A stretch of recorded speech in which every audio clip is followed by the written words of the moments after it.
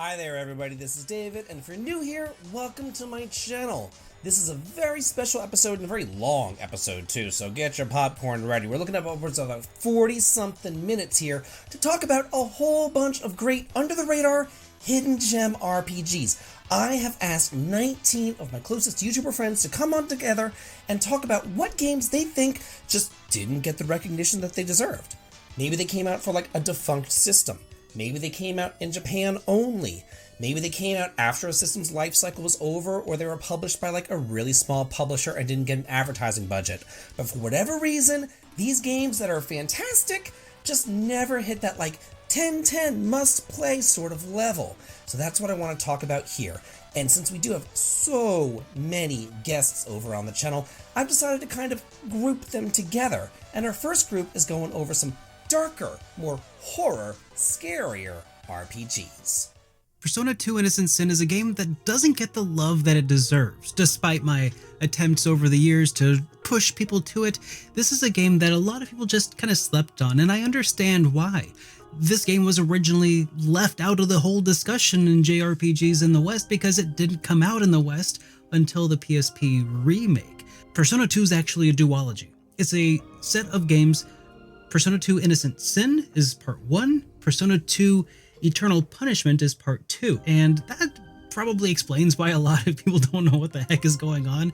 But Persona 2 Innocent Sin has something really unique about it. That is the group dynamic of all of the characters, the whole party, and the way that they interact and behave and their history together is just so compelling in a way that I haven't really seen in a lot of other RPGs since or before. Because it was on PSP, it has a whole lot of other quality of life improvements to it that you wouldn't have gotten if you had just played it on PlayStation in Japan when it originally came out.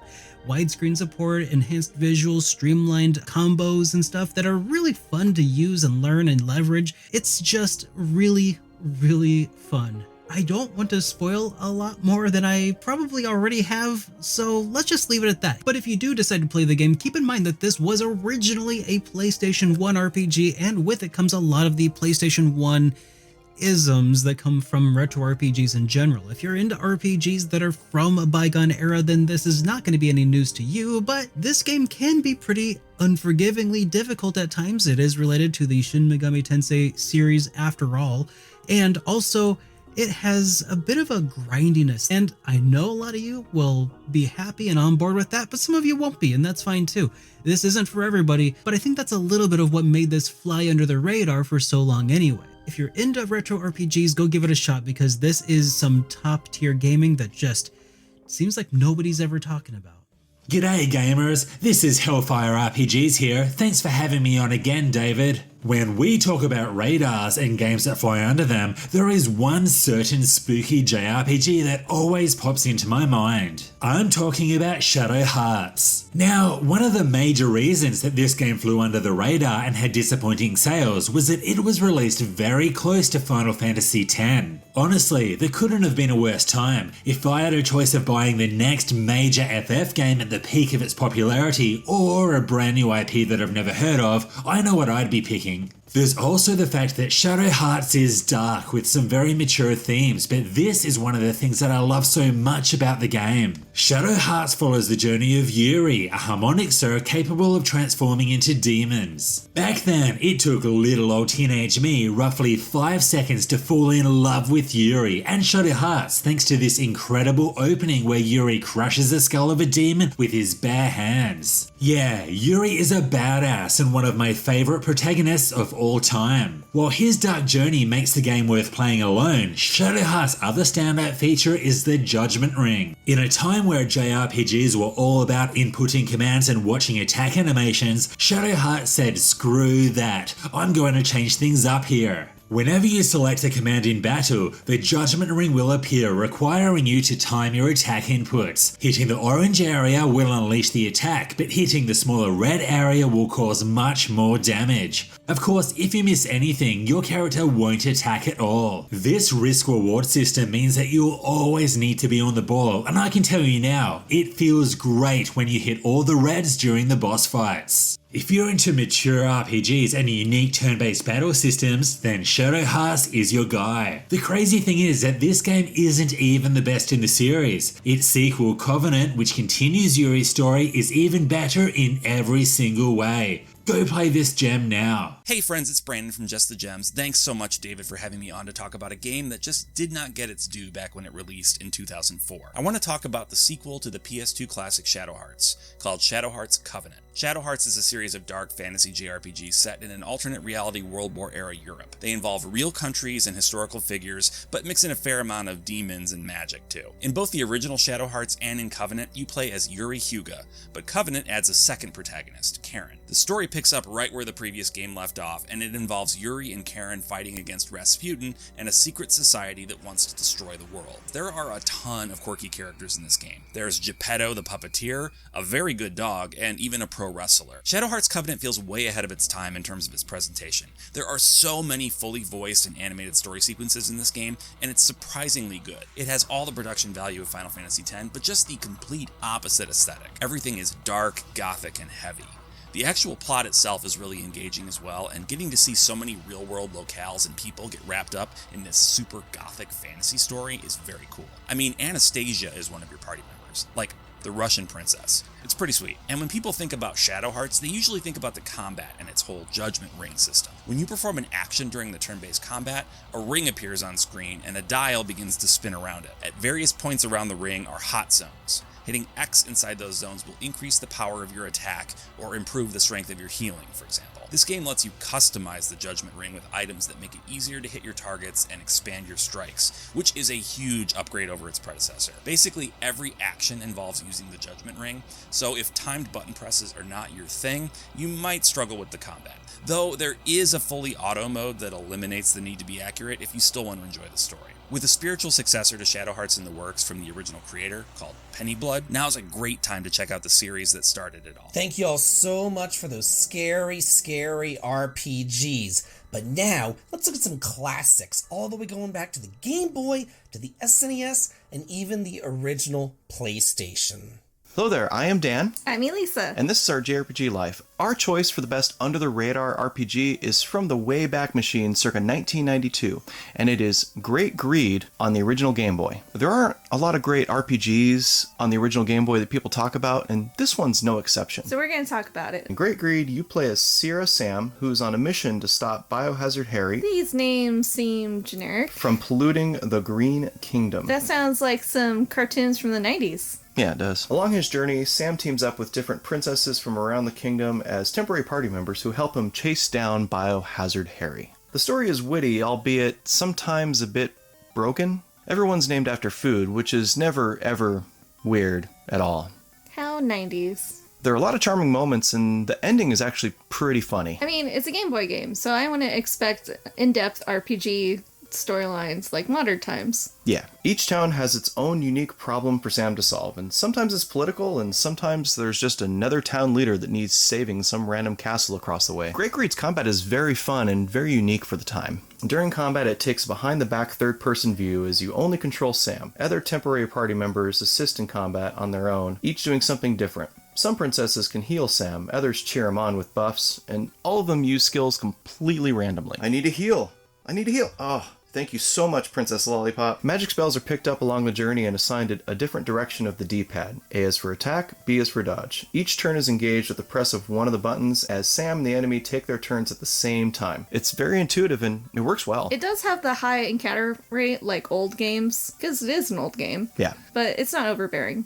I agree. It's still a blast. Okay, I've literally moved like 7 steps and hit 10 monsters. Good thing the combat's fun. Yeah, that's true. So if you're looking for a short retro RPG that you can beat in under 10 hours, we can highly recommend Great Greed. It's still fun to this day. David, thank you so much for having us on. Hi, I'm Tantacles, and I have a question for you. What would you do if a close friend told you that they had killed 108 babies with their bare hands? I bet your answer is report them to the police and possibly beat them down yourself. Well, after you play The Legend of Dragoon, you might have a different answer. Dart, a young man whose parents were murdered in his youth, seeks revenge for their death, but echoes of the distant past rise up to distract him, and his childhood friend Shauna is kidnapped. The quest to rescue her leads him and his companions to regain the power of the dragons that was long thought lost. The Legend of Dragoon is often criticized for its pacing, both in its story beats and in combat. However, while it's slow, combat keeps the player engaged throughout each fight. The battle system makes use of additions, attack sequences with timed inputs that are reminiscent of action commands in Super Mario RPG.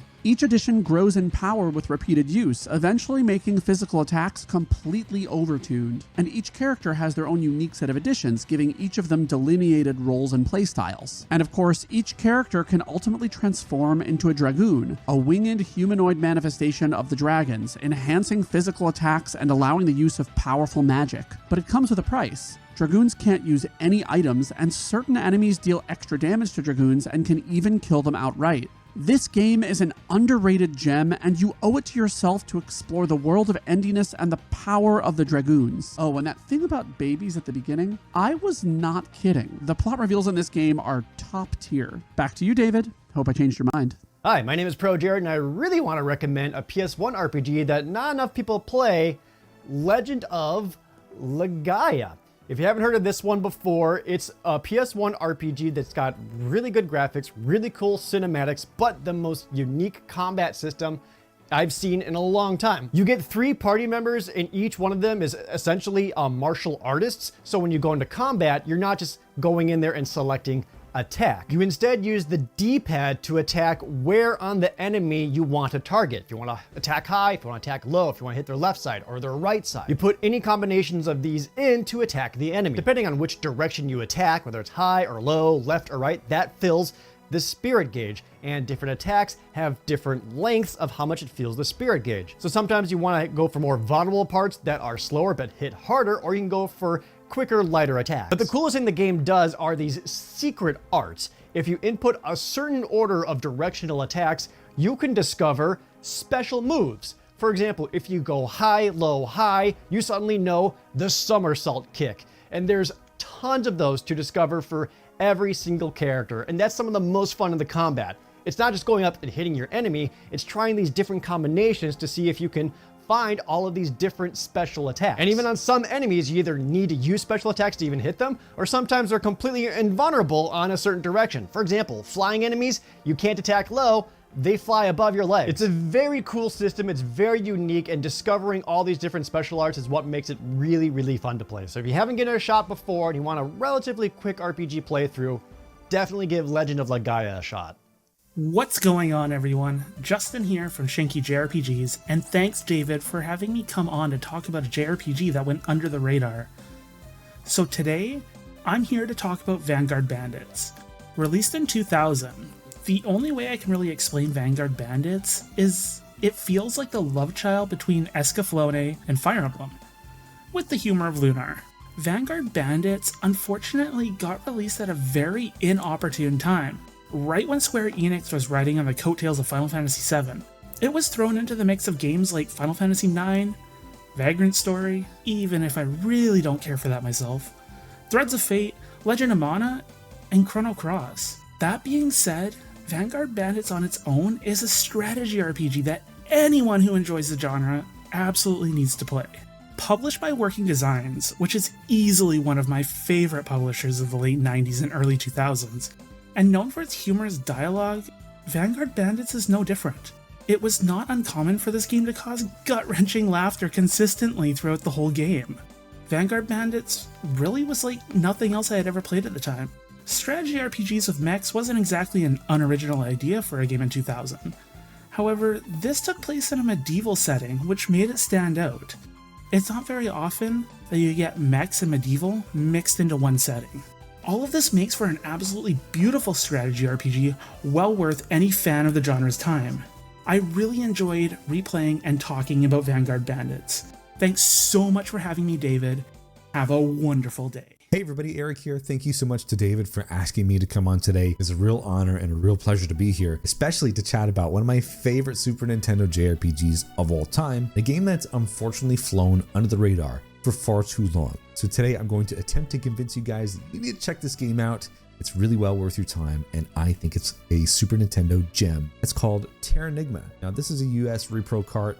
We're going to get into that. It was never released in the States, but check it out. It's a cool game. Terranigma is a action RPG developed by Quintet and published by Enix, who are now Square Enix, for the Super Nintendo. It was released in Japan in 1995, Europe in 96, but sadly did not see a North American release. This is likely due to Enix having closed its US branch by the time localization had finished, and now as of 2024 it hasn't been re-released anywhere, most likely due to licensing issues, which is very unfortunate because this is a true hidden gem, under the radar kind of game. Terranigma follows the story of a young man named Ark who lives in a small town called Krista. The world is initially portrayed as a place where life and nature are in a state of stagnation. However, Ark gets a little too curious and opens a box that was hidden in the Elder's basement. Everything changes. People turn to stone, and it's up to Ark to set things right, and of course, his journey begins. What you do find early on is that Ark lives in the underworld, and once you leave the town and you reawaken civilizations through exploring the towers of the underworld, you're then sent to the surface of the earth in hopes of restoring what was once lost, life itself. What I really like about Terranigma is the sense of isolation that you feel when you start playing and you start exploring outside of your town. The storytelling is really well paced too. Once you get to the surface and start exploring,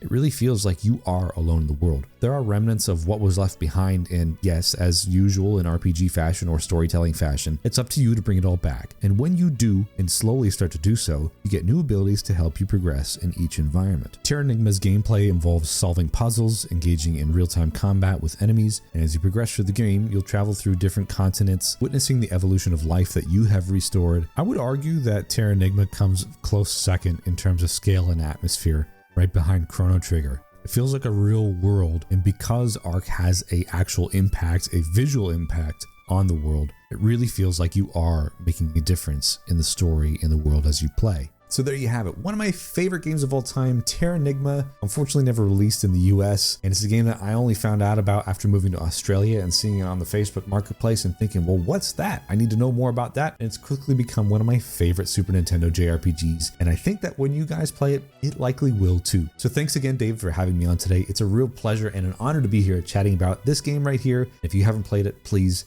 go check it out. Hello, I'm here to talk to you today about Live Alive. And yes, it is pronounced Live Alive. If someone ever tells you it's Live Alive, well, they're just weird. Live Alive is a definition of a JRPG that went under the radar.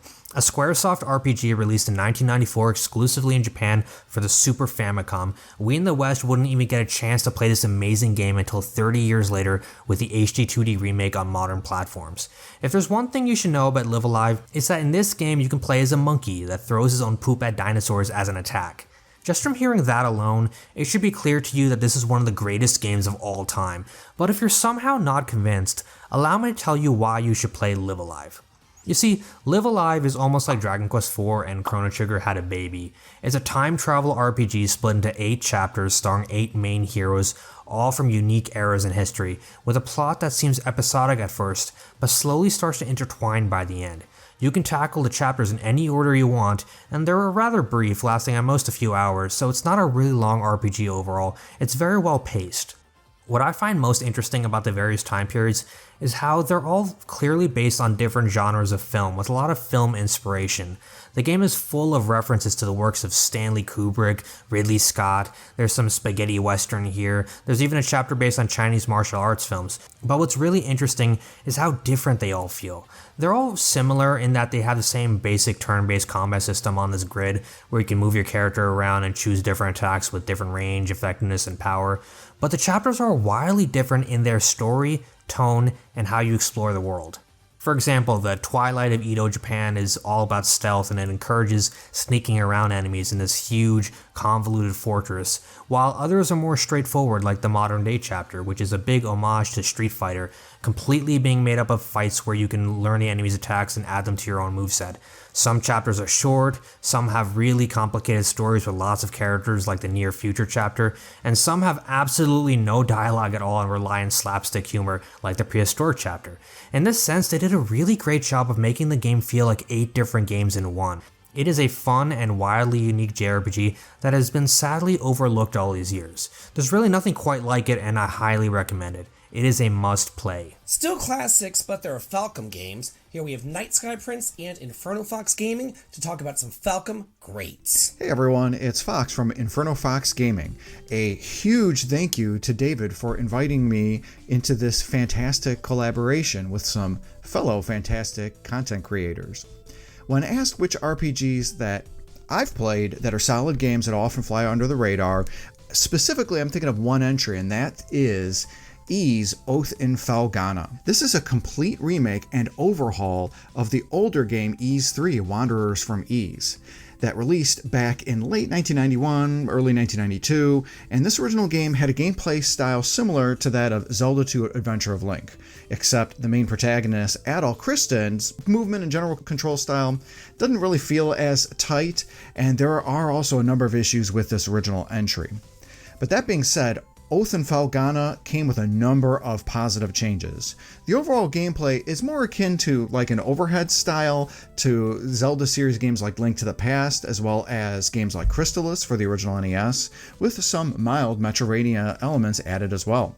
While the stakes are relatively low for an Ys series game, this being because Adol usually saves the world, the story in Oath in Felghana gives itself a more intimate feel, which makes sense since we see Adol journey with his hetero life mate Dogi to the latter's hometown. And while Wanderer's soundtrack was probably the only redeeming factor for this original entry, this remake takes that soundtrack, pumps the quality to 11, and delivers what I believe is the best soundtrack in the entirety of the Ys series. Oath in Felghana is currently available on PC Steam, with Japanese versions available on the Nintendo Switch and coming to the PS4 and 5 in May. Once again, a huge thanks to David for allowing me to join this collab. It's been an honor to join him and fellow lovers of RPGs here. Feel free to check out my YouTube channel, Inferno Fox Gaming, for RPG content and more.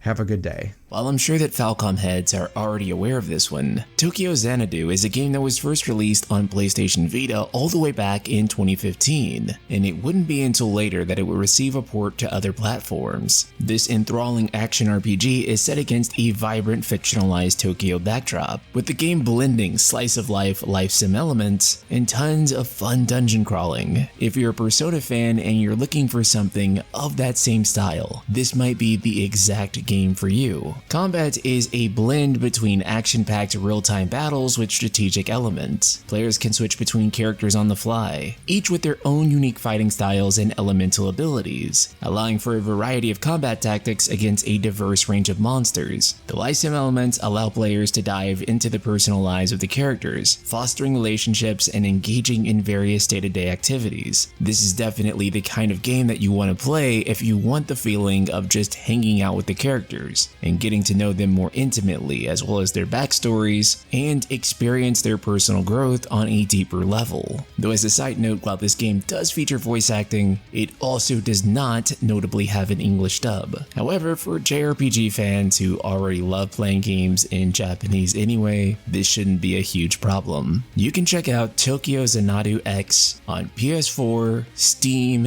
and Nintendo Switch. Moving over for one of my favorite developers, Falcom, we're going into some dungeon crawlers with uppernimbus and BacklogBattle Alex. What's up everyone, Alex here, and I just want to take the time to thank David for making me a part of this video. It's truly an honor. For this video, I want to talk about one of my favorite first-person dungeon crawlers of all time in Zenki Zero Last Beginning. Now, what's unique about this game is that it's actually partly developed by Lankars, who was responsible for the Etrian Odyssey series, as well as the Danganronpa team. If you've been a fan of Danganronpa, you know that their narratives aren't as straightforward as other games. And while I'm reluctant to talk about spoilers, let's just say that this game has a very unique mechanic that has your characters aging in a short period of time, which is really freaky. But what really strikes me about Zenki Zero, apart from its great English voice acting, is its vibrant visuals that belie the fact that this is a darker game than how it's presented. There's some truly serious topics here that I'm reluctant to actually share. But you're probably wondering about the gameplay, and as I said, it is a first-person dungeon crawler, but I found it to be really engaging and very straightforward and quite friendly compared to other first-person dungeon crawlers. because the action actually happens while you're exploring. This doesn't take you to another turn-based menu where you do battles in that fashion. But I think one of my favorite parts about Zanki Zero Last Beginning is the fact that it has this very simple base building mechanic that helps you last through your dungeon explorations a lot faster. Because what you might not know is that this is also partially a survival game. And if you've been paying attention this whole time, Zanki Zero Last Beginning is unlike anything that I've ever played over the past several years. And it probably is one of the most unique JRPGs that you'll ever have played. So if you have a chance, I highly recommend checking it out. What's going on, guys? uppernimbus here. So Davidvinc, thank you so much for inviting me on this collaboration of yours. I'm really excited to talk about one of my favorite underrated JRPGs from the Nintendo 3DS. Seventh Dragon 3 Code VFD is a turn-based JRPG which released for the Nintendo 3DS system back in 2016. The game is both the fourth and final installment in the Seventh Dragon franchise. Now, the reason why I believe this JRPG was completely overlooked was due to the fact that it did release right near the end of the 3DS life cycle, as Nintendo's next set of hardware, the Nintendo Switch, had launched in early 2017, and most people were already bracing themselves for the new console. Seventh Dragon 3 ties together the series as a whole and links the past, present, and future in one collective finale. The setting of Seventh Dragon 3 takes place in the year 2100, far into the future when dragons from the beyond have ravaged the planet and flattened civilizations across the globe. However, it is up to you as the protagonist to put an end to the draconic chaos and destruction by joining forces with Nodin's Enterprises, becoming a full-fledged dragon hunter and the one who is destined to stop this endless nightmare. You, as the player, must travel throughout different time periods in order to defeat what is yet to be born and known as the Seventh Dragon. Within the game of Seventh Dragon 3, you can customize the playable characters and have up to 9 fighters in your party, from 8 different classes to choose from. There's plenty to work with when assembling your dragon hunting team, so make sure you plan and strategize thoroughly before heading out to battle. Seventh Dragon 3 Code VFD is honestly one of the best JRPGs which released on the Nintendo 3DS, and it's criminal that we haven't received some kind of port or remaster for modern platforms, as this is a gem of a game which absolutely deserves a second chance to be discovered and played by thousands of JRPG enthusiasts. David, thank you so much once again for having me on this collaboration of yours. I honestly look forward to everybody else's choice within this video. So until the next time, everybody, uppernimbus is signing off. Well, we've dealt with that dungeon crawling subgenre, so let's get into the monster capturing subgenre. Why not? Let's go and talk to Emily at Orbalology and G3 Tendo. Hey, this is Emily from Orbalology, and the game that immediately came to mind when David asked for a JRPG that's a solid 9 out of 10, but gets kind of lost in the sea of 10 out of 10s, is none other than Digimon Cyber Sleuth. As someone who grew up in the 90s, I have a ton of fondness for Digimon, and as a kid, I was one of those who preferred Digimon over Pokemon, but I never actually got around to playing the games. So when I eventually picked up Cyber Sleuth here, I became totally obsessed, especially with the evolution system, where you got to fuse together different Digimon and build up their stats and evolve them into these mega evolutions that I have a lot of memories back from my childhood. So apart from spending countless hours grinding away to evolve my Digimon and putting my Switch version on sleep mode so that they can level up overnight, I had a lot of fun with the story and all the quirky characters. The story in itself isn't too much to write home about, however, I did find it very appropriate and kind of gave a reason why you as a protagonist are navigating both the real world and the digital world, and how some of these are sorting to meld together. I think Cyber Sleuth did a really good job at inventing very quirky characters, and so I had a lot of fun meeting and interacting with them, and some of them just had some of the most over-the-top personalities that just made the game a lot of fun. I also really liked the take on the futuristic internet and how that was kind of explained in the lens of maybe someone from the 90s of what the future may look like. So I think that in itself was also very nostalgic. So overall, I think Digimon Cyber Sleuth is a solid 9 out of 10. And it's one I would definitely recommend to anyone who has the slightest hint of nostalgia when it comes to Digimon or anything that has to do with kind of late 90s anime with a futuristic spin. And it's also a great alternative to anyone who might be seeking a different take on the monster capturing and battling turn-based RPG formula. David had asked me, what do I think is a game that maybe has flown under the radar? Well, I have one right here for you.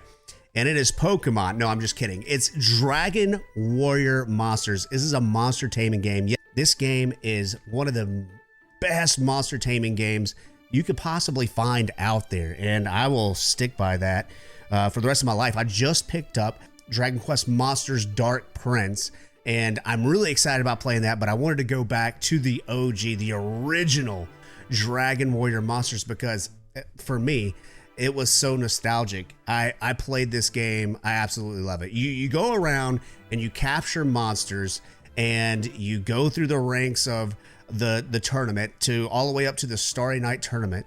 And I'm not going to tell you the rest because I don't want to spoil anything, but you have 3 party members. You can breed monsters. There's certain monsters you can only get when you breed monsters. And I absolutely love it. There's like 100 and something monsters in this game that you can collect. And I personally, yeah, I like it more than Pokemon. Trust me, I love Pokemon. I think it has its place. I have Pokemon Green right here. I really think a lot of people missed out on playing Dragon Quest or Dragon Warrior Monsters because of Pokemon. Dragon Warrior Monsters only takes about 30 hours to beat it, but I'm having so much fun. I haven't even beat it again yet, and I'm 53 hours in. Yeah, but there it is. That's my answer. Dragon Warriors Monsters. Huh. Dragon Quest Monsters, you don't say. Well, that's a pretty good segue to talk about the great late Akira Toriyama's works with Femtrooper and MissBubbles. I believe I'm on a mission of enlightenment, and my job is to make sure that I expand the knowledge about a wonderful game that exists but doesn't get the love it deserves because it's a spin-off title, or insert whatever other reason that comes to mind, because honestly, I have no idea why this game isn't more popular than it is right now. But I want to talk about Dragon Quest Builders 2. What a cute and adorable package of fun gameplay and surprisingly complex story this one has. If you love crafting, gathering resources, meeting quirky characters, building with friends, and having a sprinkle of combat, this should go in your cart right now. I've been trying to manifest a Dragon Quest Builders 3 for so long, and it's not working, so maybe we need to join forces like Square Enix. Please, please, please, just give us that one. Dragon Quest Builders 2 is that baby that Minecraft and Dragon Quest had together, and my favorite way to play it is in bed, on a Nintendo Switch while I'm wrapped up in a cozy blanket and spending hours building my base and making sure I take care of all my chores in-game, because in-game chores are the priority, am I right? So forget about all the other games you heard about today, just try this one. Just kidding, I'm sure the other games are great as well, like okay, fine, but like Dragon Quest Builders 2, just try it, okay? It's such a good game. It's so underrated, and I think it's gonna be a perfect addition to your library. I'm gonna be a great salesperson if it ever comes to selling this. I freaking love this game, okay? Thank you, David, for giving me the chance to rant about my love for Dragon Quest Builders 2 and expanding my mission. Hey everybody, it's Femtrooper, and thank you, David, for having me on to talk about a JRPG that just kind of flew under the radar, and I feel like not that many people talk about, but I always talk about it, and that is Dragon Ball Z Kakarot. Love this game, absolutely love this game. Now, it's an action JRPG, it plays the entire 4 arcs of Dragon Ball Z. You don't really need to know anything about it going in, so if you're like, I don't know Dragon Ball Z, it doesn't matter. You can still play this game. Check it out. You will become a Dragon Ball Z fan, like me. I'm obsessed with it now, literally because I played this game. So I thank this game for that. It's gorgeous, cel-shaded, beautiful anime graphics. It's all the original voice cast. Like, I played it in Japanese, but I'm pretty sure it is as well for the English dub. It's really, really cool. It is so fun. And if you don't know anything about Dragon Ball Z, I will tell you that it is so heartfelt and it's a beautiful story. It is not just dudes screaming. I have to say that because I used to think that's what Dragon Ball Z was. It is so not. I mean, you know, pay tribute to Akira Toriyama, play this game because his story, his art, it's just wonderful in every way. This is a great game. I had so much fun with it. You know, it's just great. Honestly, it is just great. Thank you again, David, for having me on. Awesome topic, absolutely love it, and any excuse for me to talk about Dragon Ball Z Kakarot. Come check out my channel, and I'll see you guys later. And now finally, to wrap everything up for us, we have 2 games that I have never even played yet, and one of them I'd never even heard of. And here is Taylor at TheGamingShelf, as well as TotallyTubularJonathan to talk about both of those games. What's going on, everyone? This is Taylor from The Gaming Shelf, and thanks, David, for having me on once again to talk about some underrated / underappreciated JRPGs. But the game I wanted to talk about today is Fantasian. And why I think this game is so underappreciated is, well, it's exclusive to Apple Arcade. Now, if you haven't heard of this game, right off the bat, what makes it really incredible is that it's from the original minds behind Final Fantasy, Hironobu Sakaguchi and Nobuo Uematsu. Sakaguchi is considered the creator of Final Fantasy, and Uematsu created the soundtracks for Final Fantasy 1 through 10 and has worked on various other tracks for other Final Fantasy games. And to me, this just feels like a traditional good old golden era JRPG. All these towns, turn-based combat, really cool characters. And another standout feature for me that I haven't really seen a game do before is that if you look at the environments, they look really real. And that's because they made real dioramas for all the environments and then they scanned them in, and it has this really cool, unique look. And like I said, it has a great turn-based combat system, and again, it also has another unique feature where if you're walking around and you don't want to get into fights, you can actually store up the fights and put them in this little pouch, and then you can fight them later. So if you just want to explore and you just don't feel like fighting, you can store up all these battles and then kind of do them all in a row. And don't think, well, it's a mobile game, so it can't be that big. I mean, this thing released in 2 parts, and in total, you're probably looking at 60 to 80 hours. And the cool thing is that it's compatible with controllers, so if you don't want to mess with the touch controls, you can play with a traditional controller. And this game has an insane value. You can try Apple Arcade for free for a month and possibly beat it. And even if you don't, it's only $4.99 a month. Maybe it's gone up in price since the last time I've checked. But for how high quality this game is, like even if you paid $10, like that's crazy. This game is worth way more than $10. So thanks once again, David, for having me on your channel. And I hope to see you guys over on my channel, The Gaming Shelf. Howdy, my totally tubular gamers. It's your boy, Jonathan. Thank you so much for having me, David. Send in all the support in the world. While thinking of a game for this video, I thought of Hylics 2, an indie game from 2020. It's one of the craziest games I've ever seen. The first thing you'll probably notice with this game is the visuals. The visuals are wild. I have never seen a video game look like this. The game has very unique claymation and stop motion visuals. There is not one game that looks even remotely close to this game, not even the first one. And speaking of, despite having a 2 in its title, I can assure you you don't need to play the first game. The plot of this game is somewhat nonsensical for the most part, but it's about our main character Wayne, that's the yellow guy, trying to stop the resurrection of this evil tyrant king. Now, despite its unconventional look, the game is actually a relatively traditional turn-based RPG. Obviously taking place in these surrealist worlds, it sees Wayne assembling a party of friends, taking on some scary, and I do mean scary looking foes, exploring a 3D world, and of course finding treasure. You'll explore some pretty interesting looking areas in some interesting ways. There's 3D platforming, an airship a la Final Fantasy, and even an SMT styled first person dungeon. And while exploring, sooner or later one of these clay creatures is going to want to pick a bone with you and you're going to get into battle. Taking place in first person, it's a rather standard JRPG affair complete with health, magic, stats, strengths, weaknesses, weird spells, and items for consumption. Something that really sets this game apart from its contemporaries outside of the visuals is that every enemy requires a different strategy to defeat. You can't just spam the same basic attacks over and over. Every enemy requires a slightly different strategy. On top of that, there's a bunch of different status effects, more than the normal RPG, and some are pretty weird. And all this leads to the battles feeling dynamic, engaging, challenging, and above all else fun. No 2 battles are the same, and I came to really enjoy the combat. Outside of the combat, the game has a decent sense of exploration, some fun minigames, and the occasional puzzle. And to top everything off,